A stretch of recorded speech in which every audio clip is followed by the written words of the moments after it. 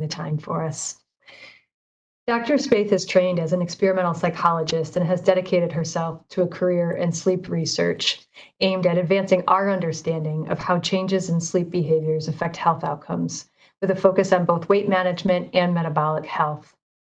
Dr. Spaeth developed her own independent line of research in this area as a graduate student, which is incredibly impressive, by assessing the impact of sleep on weight, calorie intake, and energy expenditure in healthy adults who are participating in an ongoing in-laboratory sleep restriction protocol. As a postdoctoral researcher, Dr. Spaeth gained experience in the implementation of sleep and meal timing interventions outside of the laboratory and examined the impact of these interventions on cardiometabolic outcomes. The ultimate goal of Dr. Spaeth's research will be to develop and implement effective lifestyle interventions related to sleep in diverse at-risk populations to promote health and wellness. Welcome, Andrea. Yeah, thank you so much for having me, and I'm so happy to see anytime groups include sleep as being one of the pillars of health for cardiovascular and other diseases. Just really great to see how far the sleep field has come. Right. So I want to start very big picture and take us back about 4.5 billion years ago. There was a planet body called Theia that collided with Earth, and this collision resulted in debris, which then over millions of years coalesced into our moon. And that event proved very critical for the ability of Earth to sustain life, because the moon helps stabilize Earth's rotation around its axis as it goes around the sun.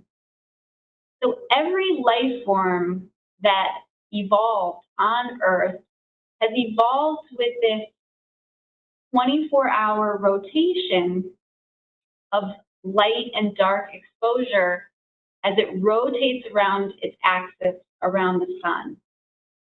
And this has created this light-dark cycle that shapes animal behavior, with some animals being active during the light phase, others being active during the dark phase.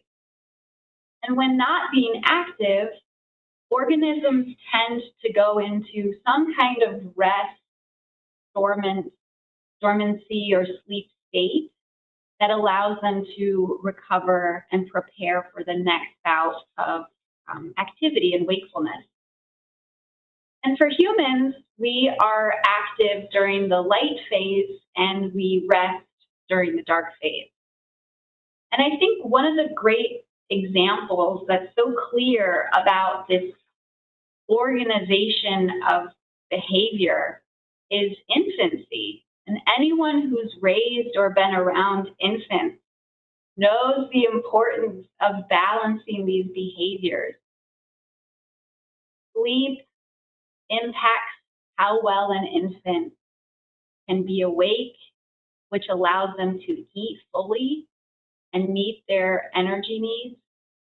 The nutrients provided during that really great feeding allow the infant to be optimally active during wakefulness, explore their environment, get sensory input, get outside. And all of that tires the infant out and leads to really good sleep. And it's this beautiful cycle and balance of behaviors that occurs. And I think it's good to think about this, because when we're talking about lifestyle, I think it's really, really hard to isolate one of these behaviors from another.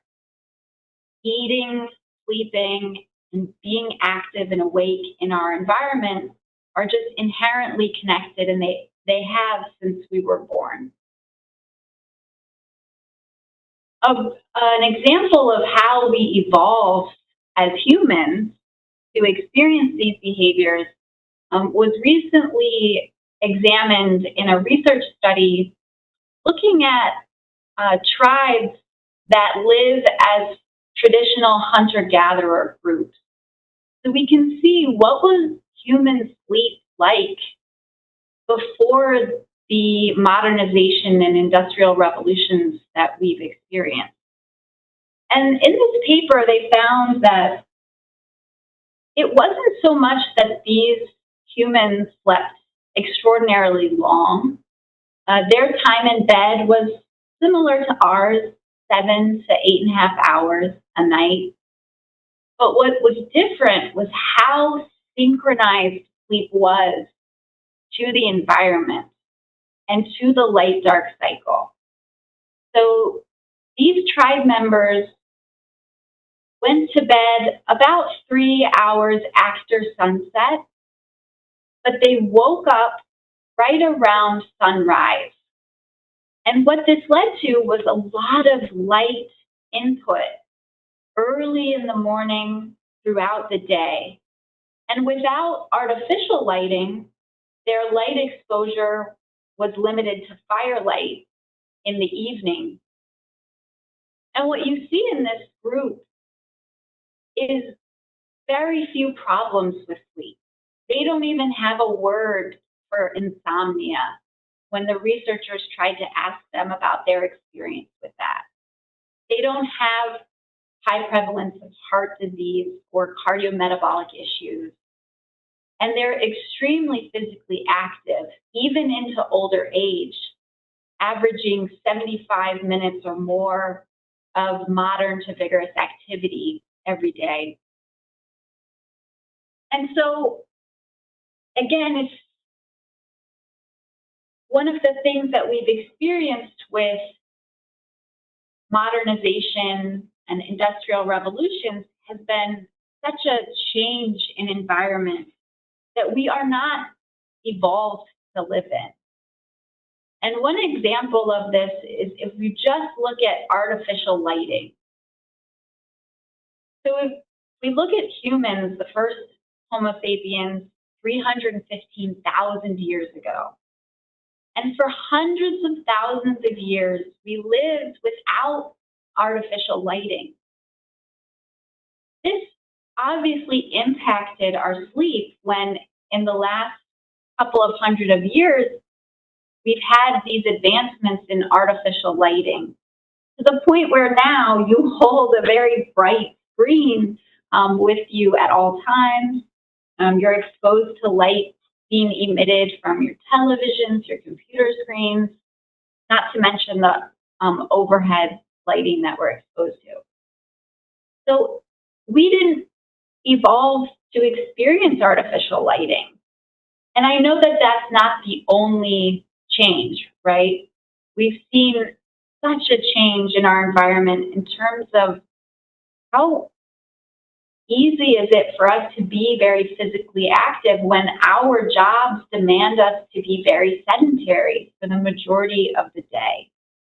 Or diet being so drastically changed where now we have so much exposure to calorically dense, highly processed foods that are available no matter what time it is. It's not limited to the daytime hours.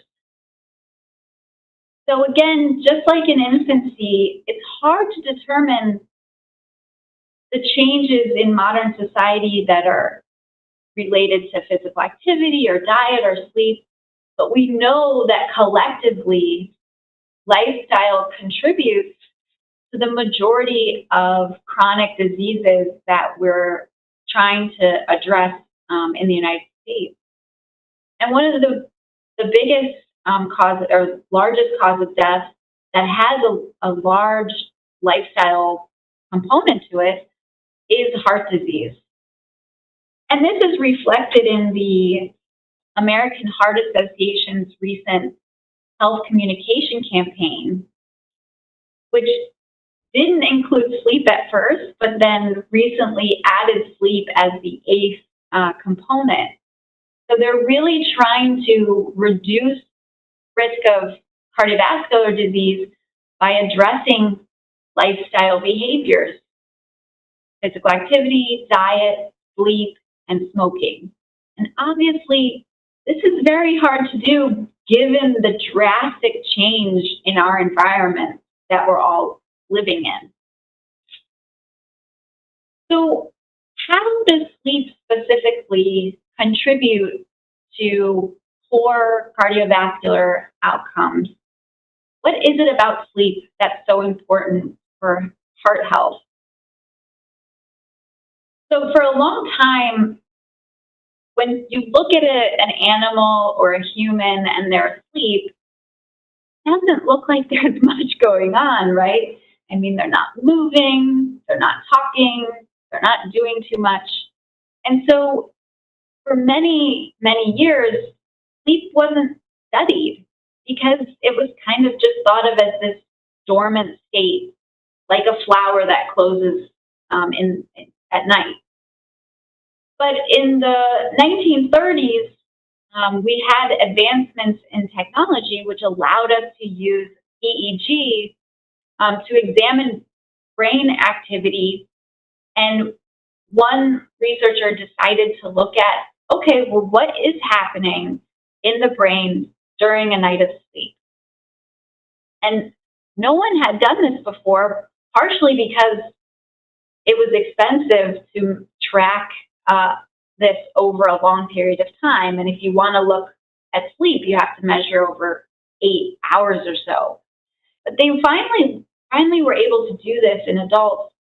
And sure enough, we know now, right, that sleep is not just a dormant stage. And in fact, the brain is very active. And not only is it active, but it follows this very characteristic cycling between different types of activity in the brain. And we've now organized those into stages of sleep.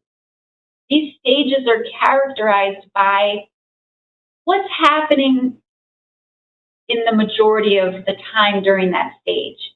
Are there theta waves? Are there sleep spindles and K complexes?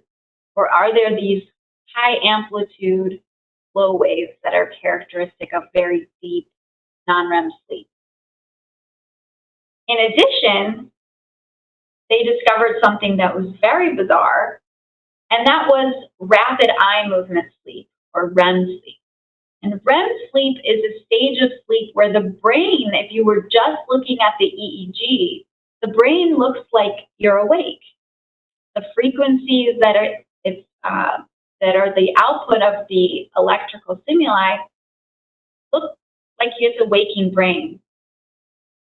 So they divided it into REM sleep and then everything else, with the non-REM sleep getting progressively deeper as you go from stage 1 to 2 to 3.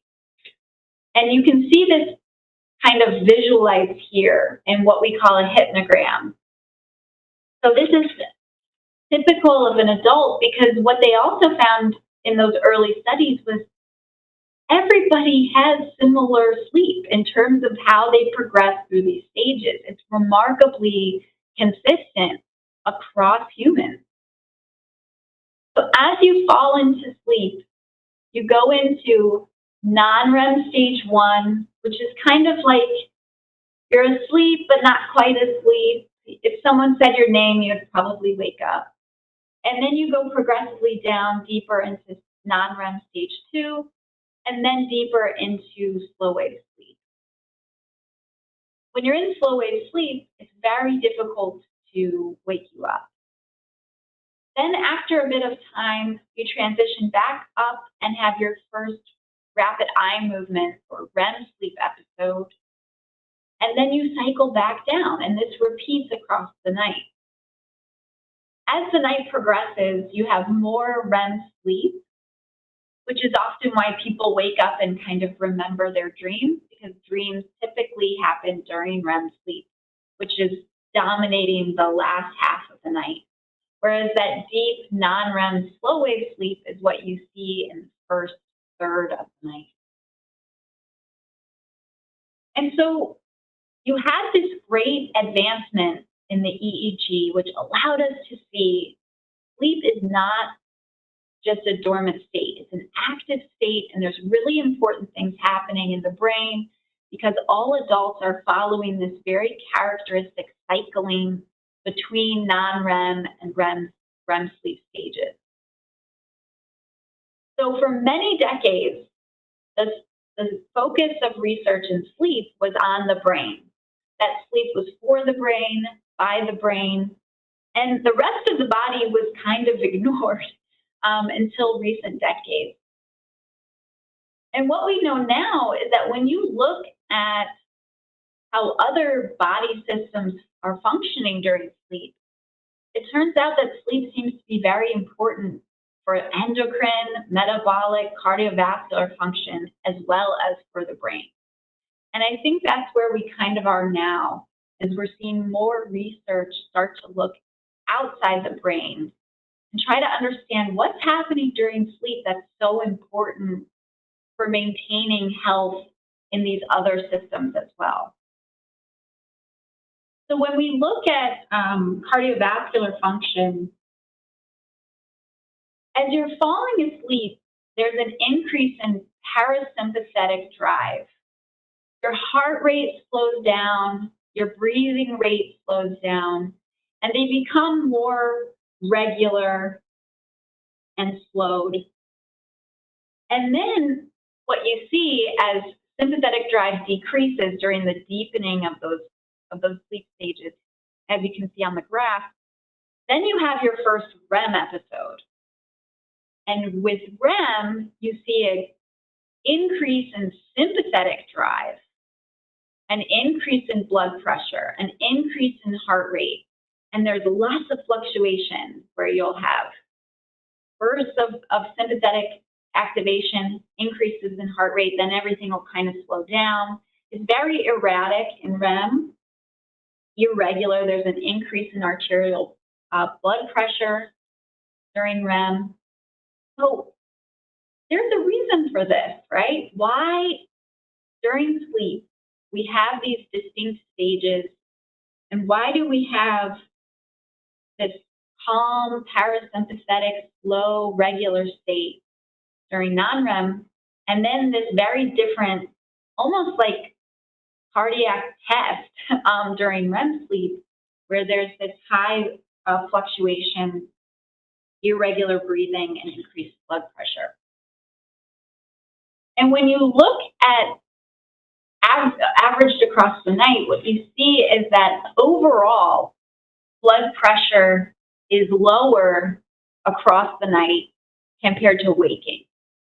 So it's also important to know that during sleep, overall, there's this reduction in blood pressure that should be happening.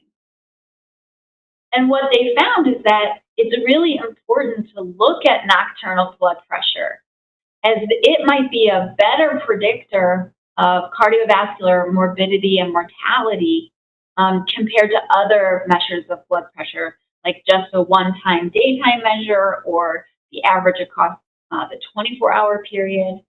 Looking at nocturnal blood pressure specifically might be really, really important for better understanding how at risk someone is for an adverse cardiac event. We know that when you don't get enough sleep, or you restrict your sleep, or you have poor quality sleep due to a sleep disorder or some other reason, that your blood pressure doesn't experience that average drop that you would see if you have a high quality, good night of sleep. And in fact, the elevation in blood pressure in some cases can persist even the next day following the absence of sleep. So sleep seems to be very, very important for regulating blood pressure, making sure you have that period of time where you're getting a lot of parasympathetic drive and lowering your heart rate, breathing rate, blood pressure. And if it's not happening, that seems to be a risk factor. Another very active area of research in sleep is the role of sleep for blood glucose regulation. So in sleep deprivation studies where they take healthy people and they put them through sleep deprivation, it's been consistently found that taking away sleep decreases insulin sensitivity and puts individuals at risk for insulin resistance, which then over time could develop into type 2 diabetes. And we've known this for a while now. It's been observed in different cohort studies and experimental designs, but we're still not sure the mechanism. What is it about sleep that if you take it away, you see this disruption in blood glucose regulation? So this is a recent paper that came out last year trying to go a little deeper and understand what is it about sleep that's leading to this issue with blood glucose regulation. And they found that there's certain characteristic waveforms when you look at the EEG during sleep, where when those are happening, they have an effect on heart rate variability.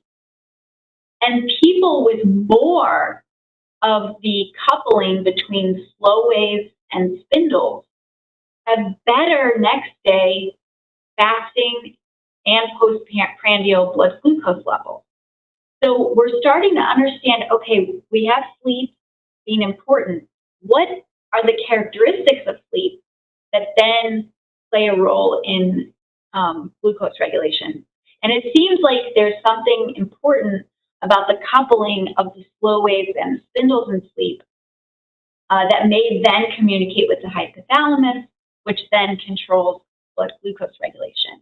And it was interesting that this finding was mediated by heart rate variability, again, suggesting the importance of sleep for cardiometabolic functioning. In terms of blood lipids, it's been a bit more mixed in the field. We know that individuals who are sleep restricted or sleep deprived are at increased risk for cardiovascular disease and high cholesterol and hypertension. But again, now we're trying to go a little deeper and understand what are the mechanisms. What is it happening during sleep that's good for lipid functioning, metabolism, and transport? And so these are a couple of recent papers that have come out to try and use more advanced approaches like NMR spectroscopy to look at the gene expression of different lipids to try and understand during sleep what is happening that would be beneficial for outcomes. And in this paper, they found, on the left, they found that sleep does seem to be important for cholesterol transport and inflammatory regulation. So when you're not getting sleep, when you disrupt sleep or restrict sleep, you see changes, for example, a decrease in HDL and an increase in inflammation that could then potentially, over time, result in adverse cholesterol outcomes and lipid outcomes. This paper on the right was interesting because it was looking at clock genes, again, to bring back this connection between sleep and the light-dark cycle and circadian rhythms. And it found that sleep, again, impacted HDL cholesterol levels, such that if you disturbed sleep, you saw a reduction in HDL. But it also was partially due to changes in the expression of these clock genes, these circadian rhythm genes. So when you disrupt your sleep, you're also potentially causing disruption to your circadian rhythm robustness, which could then impact how cholesterol is, again, being transported or being metabolized. So this is active and ongoing, and I think it'll be exciting to see what new research comes out in terms of what's happening during sleep in these other tissues of the body, including cardiovascular, liver, lung, vessels. Because again, for so long the focus was on the brain, that this is really a new and exciting area to explore. So in addition to sleep, something being special about that particular state, being asleep, seems to be important for cardiovascular health and getting enough sleep and sleeping at night. We also know that sleep-wake is an important driver for ensuring that all of your body clocks are aligned. So you have a central clock in your brain that keeps your body in line with the environmental light-dark cycle. But then you have peripheral clocks throughout all different tissues in the body. And the central clock needs to keep all of those peripheral clock tissues synchronized so that everything is happening in concert with each other. And maintaining a consistent sleep activity rhythm, where sleep is at night and activity is during the day, is really, really important for a healthy, aligned circadian rhythm. And it's not just sleep and physical activity. We also know that the timing of food and eating also plays a role in this circadian rhythm. Again, suggesting that it's really impossible to disentangle eating, sleep, and waking physical activity when we're looking at things like cardiovascular health. So for the last bit, I just wanted to go into some of my research that looked at the interactions of these waking and sleep behaviors. How do they influence each other in adults? So in this experiment, what we did is we recruited healthy, normal sleeping adults to participate in a laboratory study for a few weeks. They were randomized to either just maintain a consistent regular sleep schedule each night of the study, or they had 2 nights of baseline followed by 5 nights of sleep restriction. After that initial sleep restriction exposure, the participants were further randomized to receive 1, 3, or 5 nights of recovery sleep. And after that, they recycled back into a second sleep restriction exposure. And what I was interested in was understanding, how does restricting sleep affect eating in adults? So what happens if you don't let someone go to bed until late and you only allow them to sleep for 4 hours for these 5 consecutive nights? And what we found was that when you keep people awake, when you delay bedtime and restrict sleep, you see an increase in caloric intake during those days. And it was a significant increase of approximately 500 calories each of those days, where we kept them awake and only let them sleep for 4 hours each night. And then when I looked at the timing of the intake across the day, I found that they were consuming almost 600 extra calories in the time where they were kept awake instead of going to sleep. So in the modern environment that we live in as humans, where calorically dense, tasty, processed foods are available to us at all times, if you take away sleep, it seems that one of the behaviors that gets filled in is a consumption of calories. Now, the next night after they slept their 4 hours, you see that they consume 100 or so fewer calories the next morning to early afternoon, probably because they had eaten so much the night before. So that is where you get the overall increase of approximately 500 calories a day during sleep restriction. When we looked at what they were eating, we found that there was an increase in consumption of the higher calorie, tastier foods like desserts, salty snacks, soda and juice, and even an increase in calories from condiments, like mayo, for example. When we further looked at the caloric intake behavior of the 3 groups that had a different amount of recovery sleep between the 2 sleep restriction periods, we found that it didn't matter.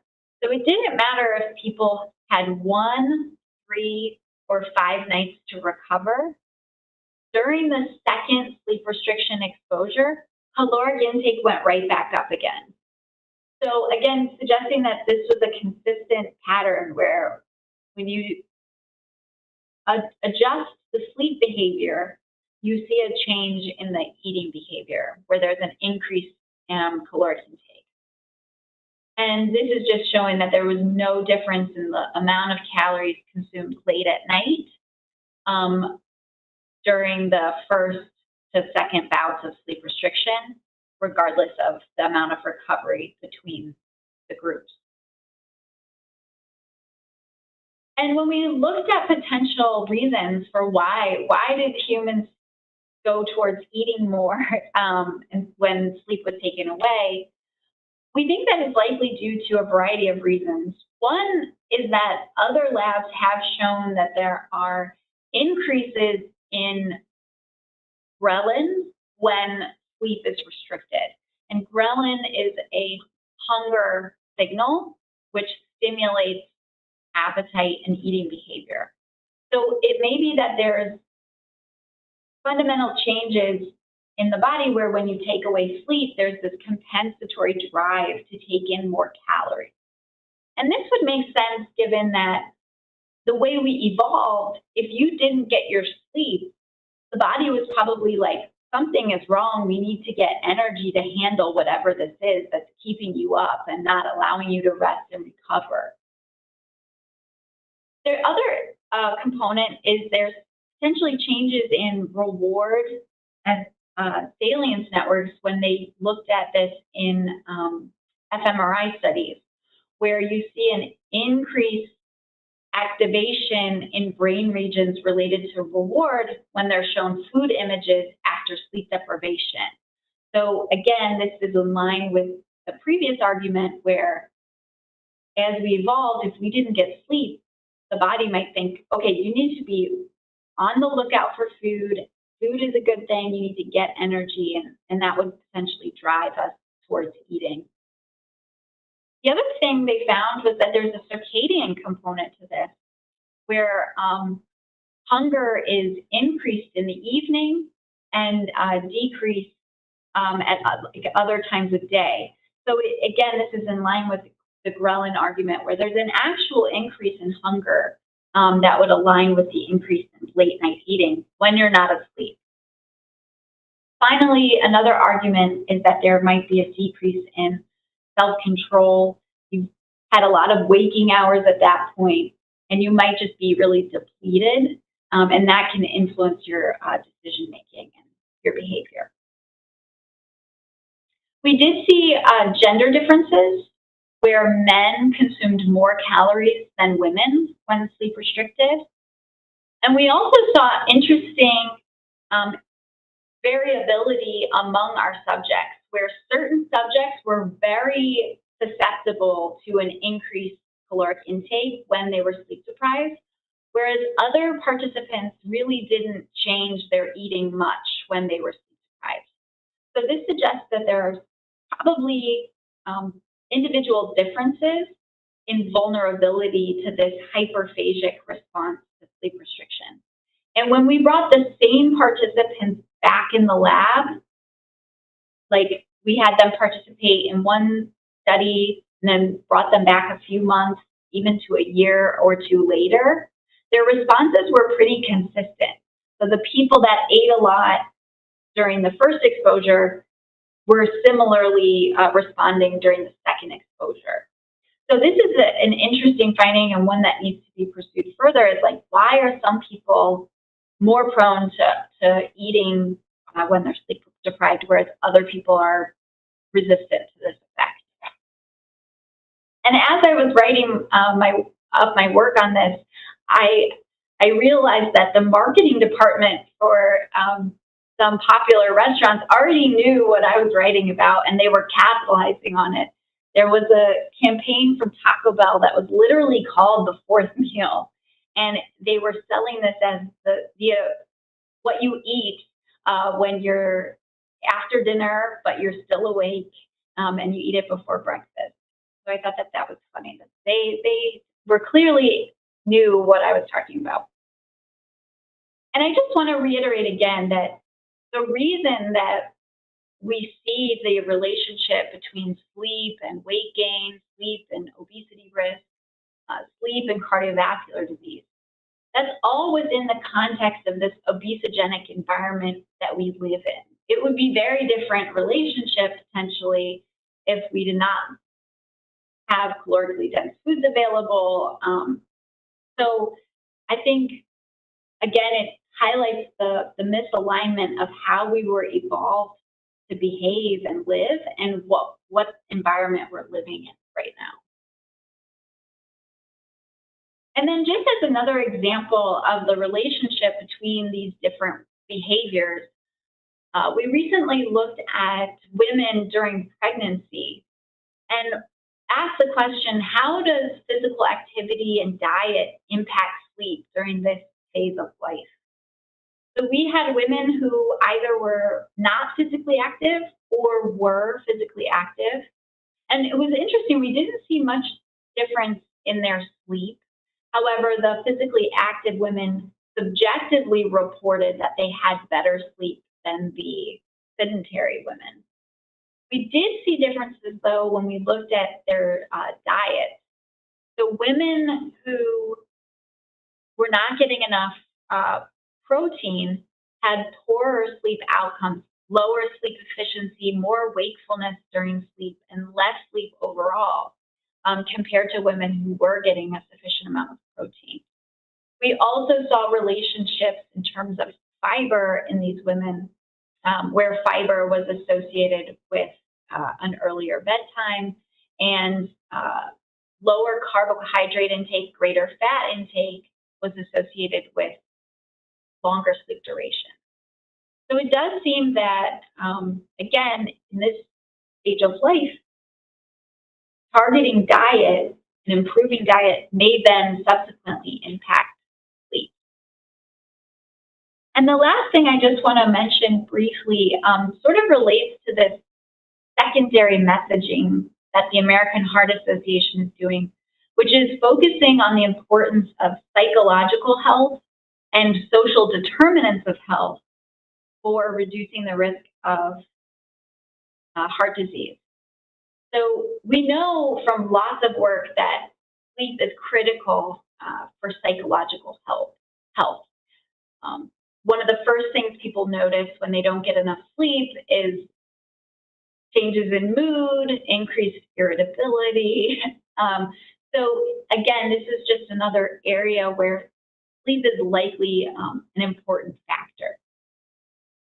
Sleep is also one of the behaviors that has a strong social determinant.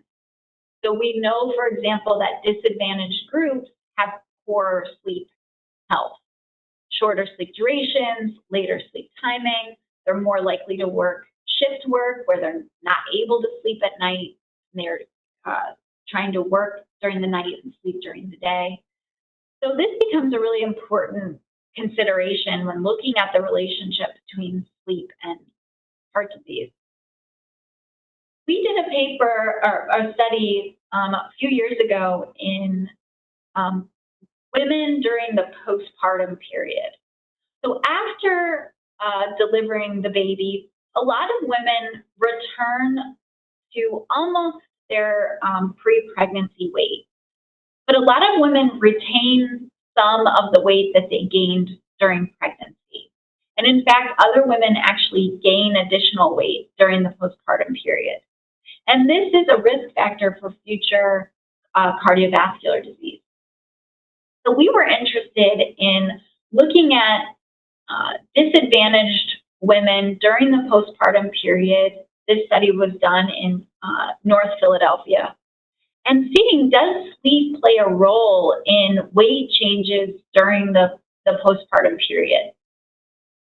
So we first, examined sleep in this group, and we noticed that this group had a pretty short total sleep time of only 6.6 hours and very poor sleep efficiency. Here you can see the amount of time they were actually sleeping during the sleep period was only 77% of the time. And for comparison, anything under 85% is considered potentially an issue that you would want to seek out help for. And when we looked at our sample compared to another sample of more socioeconomically advantaged women during the postpartum period, it was very striking what the differences were. So women in a majority white and married cohort, they saw this improvement during the postpartum period in their sleep efficiency. So everyone in the first month after they've had a baby, everyone's experiencing poor sleep during that time. But these women demonstrated a significant improvement from an 80% sleep efficiency to a 91% sleep efficiency by the time it was 4 months postpartum. In our sample, we didn't see that improvement. So they had a lower sleep efficiency to start. At 6 weeks postpartum, only 74%, and it only got up to 78% at the 5-month postpartum mark. So this is an area that needs to be addressed, figuring out why didn't we see this improvement in sleep in this group. Not only that, but the women who had obesity pre-pregnancy, who also had poor sleep during the postpartum period, those women gained more weight during the postpartum period compared to the other groups.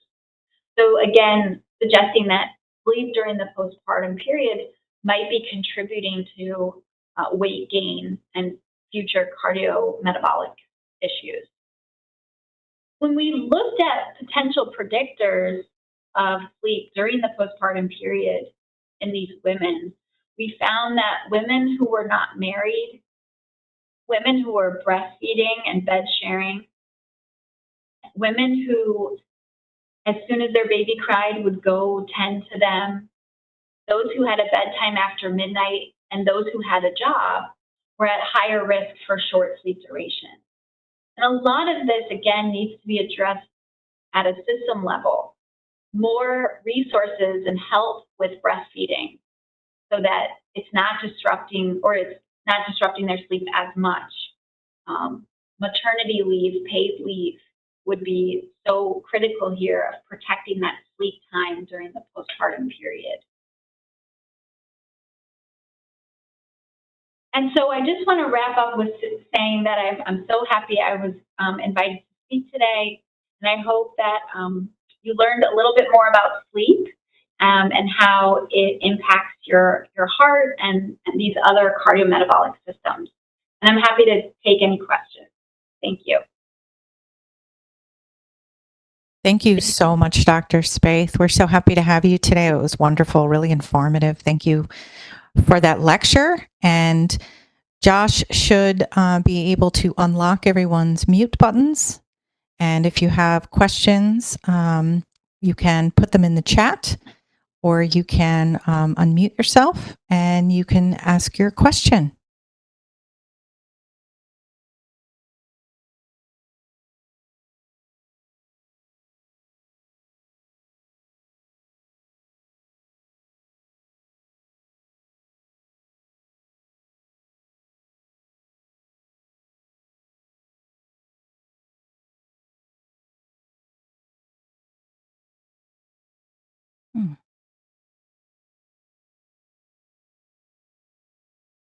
We'll just give people a moment.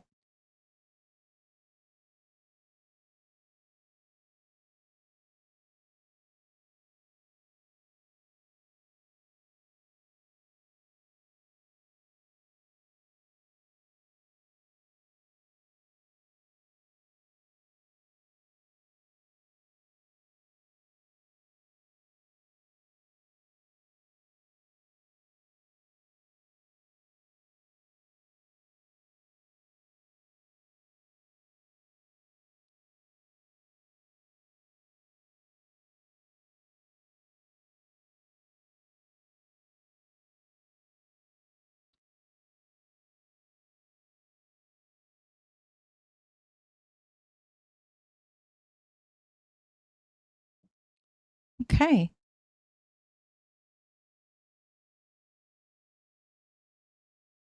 Here we go.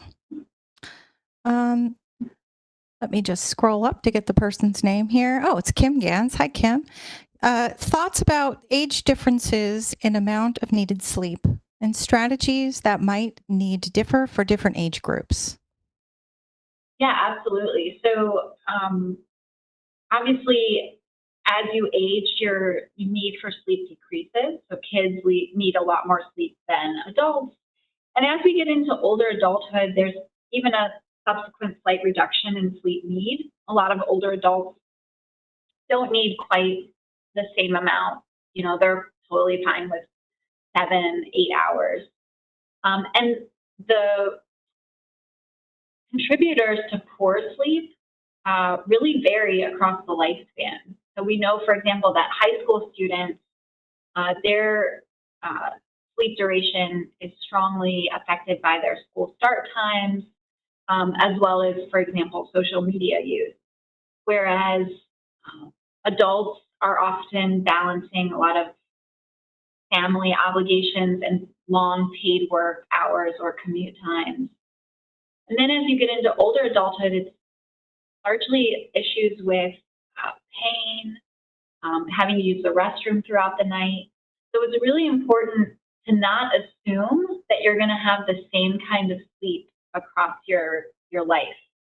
You know, if you're a 65-year-old, you shouldn't expect to sleep like you did when you were 20 or 25, or you're looking at your teenager and they're sleeping so well for like 12 hours, because these things really do change as you age. And you have to really take a minute and think about, like, okay, where am I in my lifespan, and what are my sleep issues that are specific to that, and then look to address those needs.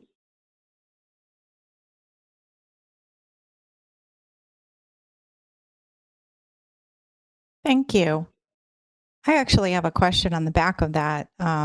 For as we age, I know that there are sometimes there's a lot that's involved, like hormones, things that affect you in the night. Were any of these studies involving, or I know that they were very specific, but any indicators of people that you know of involving just the natural rhythms of life as you age in, say, a healthy adult? Yeah, so we know that sleep deprivation, for example, decreases testosterone levels.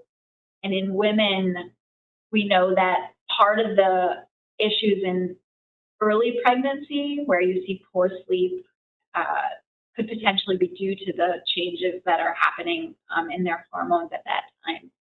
And menopause is certainly an important transition in life, where you see a reduction in estrogen and an increase in sleep disturbances in women. And that's something that is really interesting, because often when you look at their sleep objectively, like with EEG or with actigraphy, it looks like their sleep is pretty good. But when you ask women about their sleep, they're reporting very poor sleep and a lot of sleep issues. So I think right now researchers are interested in women, what's that disconnect between what you see when you look at the EEG versus what they're reporting. And it probably relates to some of the changes in the hormones that occur. Thank you. Yeah, and it's very frustrating as well. Yeah. I have another question in the chat from Kimberly Doobie. I believe having a bedtime routine is important. Can you share if you agree? And if you do, what are some tips to create a better / productive bedtime routine? Yeah, bedtime routines they're part of what we call sleep hygiene. So sleep hygiene is like healthy habits that you should try to follow to optimize your sleep.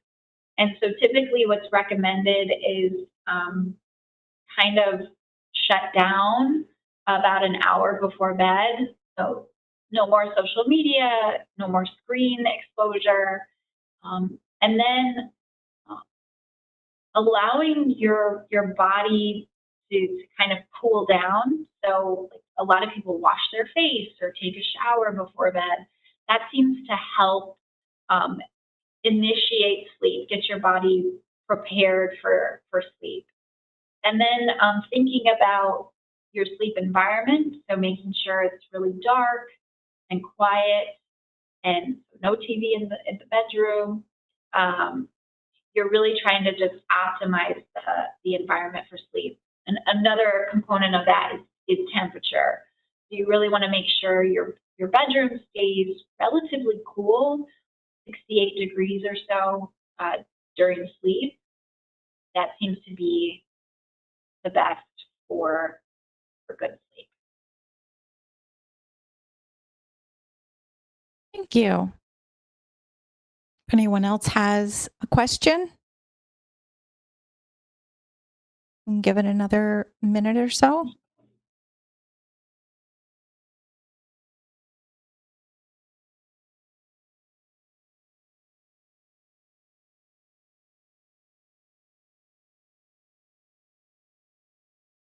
We also have some people thanking you for the presentation.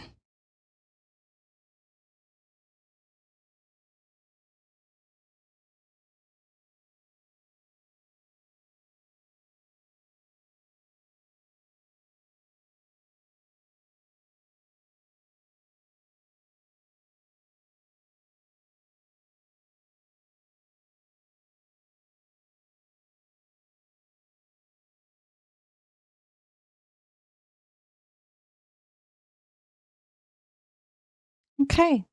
I think we have all of our questions, unless somebody wants to unmute themselves and ask one and interrupt me. I think that we're in a good spot now if we want to end. If we don't have any more questions, you have a lot of thank yous.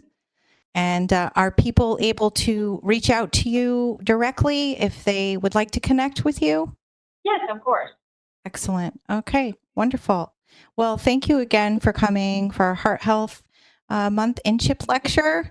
And we thank you again. So thank you everyone for coming today, and we will see you at our next lecture. Hi, thank you.